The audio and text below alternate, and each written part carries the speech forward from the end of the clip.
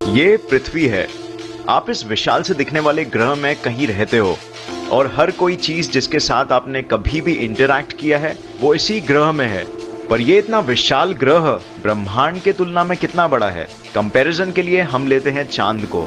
तो चांद पृथ्वी से काफी नजदीक लगता है क्योंकि यही एक चीज है जिसे हम रात में बहुत क्लियरली देख सकते हैं।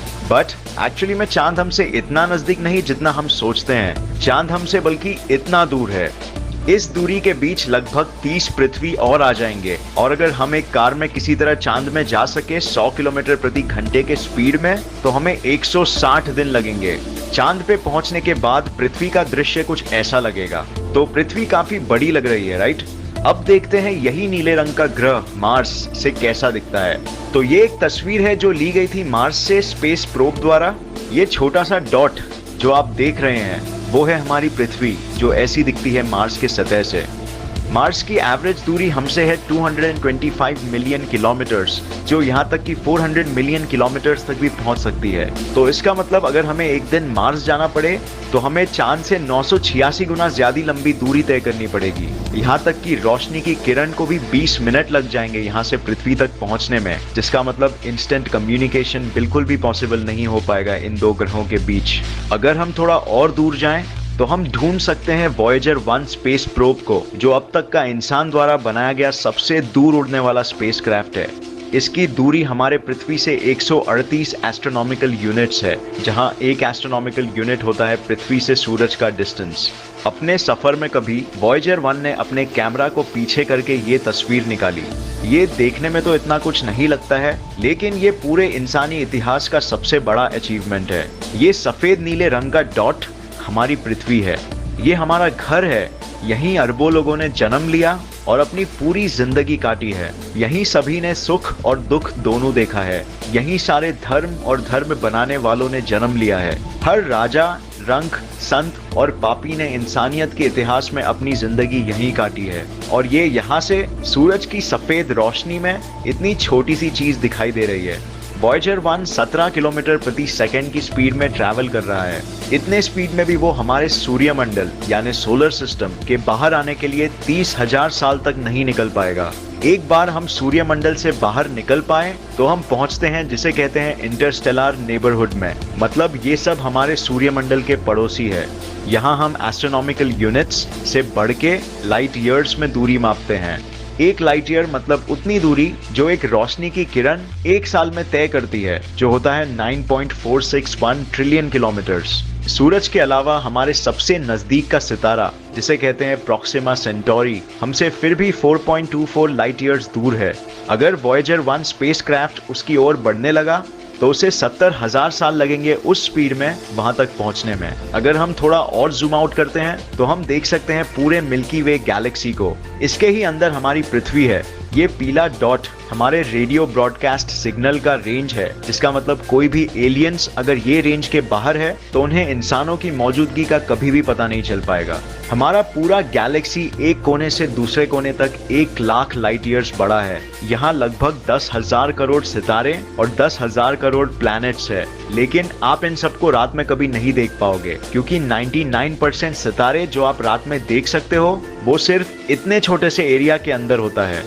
लेकिन ये इतना विशाल गैलेक्सी कुछ भी नहीं है उसकी तुलना में, जिसका ये भी एक भाग है। जूम आउट करने पे हम देख सकते हैं जिसे कहते हैं लोकल ग्रुप ऑफ गैलेक्सीज। ये हमारे आसपास स्पेस का एक ऐसा हिस्सा है जो एक कलेक्शन है 54 अलग गैलेक्सीज का, जो फैले हुए हैं 1 करोड़ लाइट ईयर्स की दूरी तक। बट और जूम करने पे हम देख सकते हैं वर्गो सुपर क्लस्टर को, जिसका लोकल ग्रुप एक बहुत ही छोटा सा हिस्सा है। यहाँ एक कोने से दूसरे कोने तक दूरी 11 करोड़ लाइट ईयर्स है। बट ये इतना बड़ा सुपर क्लस्टर भी एक रेती भर का दाना है बड़े लैनिकिया सुपर क्लस्टर का, जो हमारे गैलेक्सी जैसे 1 लाख और गैलेक्सीज का घर है। यहाँ दूरी एक कोने से दूसरे कोने तक चौंकाने वाली 52 करोड़ लाइट ईयर्स है। बट यहाँ से भी अगर हम जूम आउट कर सके पूरे ऑब्जर्वेबल यूनिवर्स तक, तो हम देख सकते हैं कि टाइटैनिक लैनिकिया सुपर क्लस्टर भी एक बहुत ही छोटा सा भाग है ब्रह्मांड के वो हिस्से का जिसे हम आज तक देख पाए हैं। ये है ऑब्जर्वेबल यूनिवर्स और इसके अंदर वो सब कुछ है जहां तक हम आज देख पाए हैं। यहाँ पे कम से कम 2 लाख करोड़ गैलेक्सीज है और इन सब गैलेक्सीज में मिलजुल के इतने सितारे हैं जितने रेती के दाने पृथ्वी में भी नहीं हैं। हमारे पृथ्वी से ऑब्जर्वेबल यूनिवर्स के किसी भी कोने तक दूरी है 4650 करोड़ लाइट ईयर्स, जिसका मतलब है इस ऑब्जर्वेबल यूनिवर्स की पूरी लंबाई है 9300 करोड़ लाइट ईयर्स। बट इससे भी ज्यादा इंटरेस्टिंग ये है कि ब्रह्मांड के इस दिखने वाले हिस्से के पार क्या है। इतना ध्यान रखिए कि ऑब्जर्वेबल यूनिवर्स वो सब कुछ है जो हम आज देख सकते हैं आधुनिक टेलीस्कोप्स की मदद से, और ये बिल्कुल मुमकिन है कि इसके पार का ब्रह्मांड और कहीं ज्यादा विशाल और कहीं ज्यादा रोमांचक है। हम इसके बारे में सोच भी नहीं सकते कि आगे और क्या क्या हो सकता है, क्योंकि उतनी दूर से रोशनी आज तक हमारे पृथ्वी तक कभी पहुंच ही नहीं पाई और शायद कभी पहुंच भी नहीं पाएगी, क्योंकि हमारे ब्रह्मांड का विस्तार यानी यूनिवर्स एक्सपैंड हो रहा है रोशनी से भी तेज गति से। तो इसका मतलब साफ है कि अगर इंसान करोड़ों सालों तक और भी टिक जाए, लेकिन ब्रह्मांड में ऐसी कई जगह होगी जो हमेशा हमसे छुपी ही रह जाएगी, चाहे हम उन्हें ढूंढने की कितनी भी कोशिश कर लें। कॉस्मिक इन्फ्लेशन थियरी के कैलकुलेशंस के हिसाब से पूरा यूनिवर्स 150 सेक्सटिलियन गुना बड़ा हो सकता है ऑब्जर्वेबल यूनिवर्स के कंपैरिजन में। ये नंबर कुछ इस तरह दिखता है, ध्यान से देखिए इस नंबर को, इसमें इतने जीरोस है कि आप बिल्कुल चौंक ही जाओगे। कंपैरिजन के तौर पे अगर आप सोच सके कि ऑब्जर्वेबल यूनिवर्स एक फुटबॉल के साइज का है, तो पूरा यूनिवर्स उसके सामने हमारे पृथ्वी के साइज के बराबर होगा। बस सोचिए कि हम रह रहे हैं एक फुटबॉल के अंदर और हमें कोई भी आइडिया नहीं है कि हमारा ब्रह्मांड इतना विशाल है। बट इससे हमें घबराना नहीं चाहिए, इसके विपरीत हमें ये सोचना चाहिए कि इस विशाल ब्रह्मांड में हमारे लिए कितना कुछ है आगे खोज करने के लिए।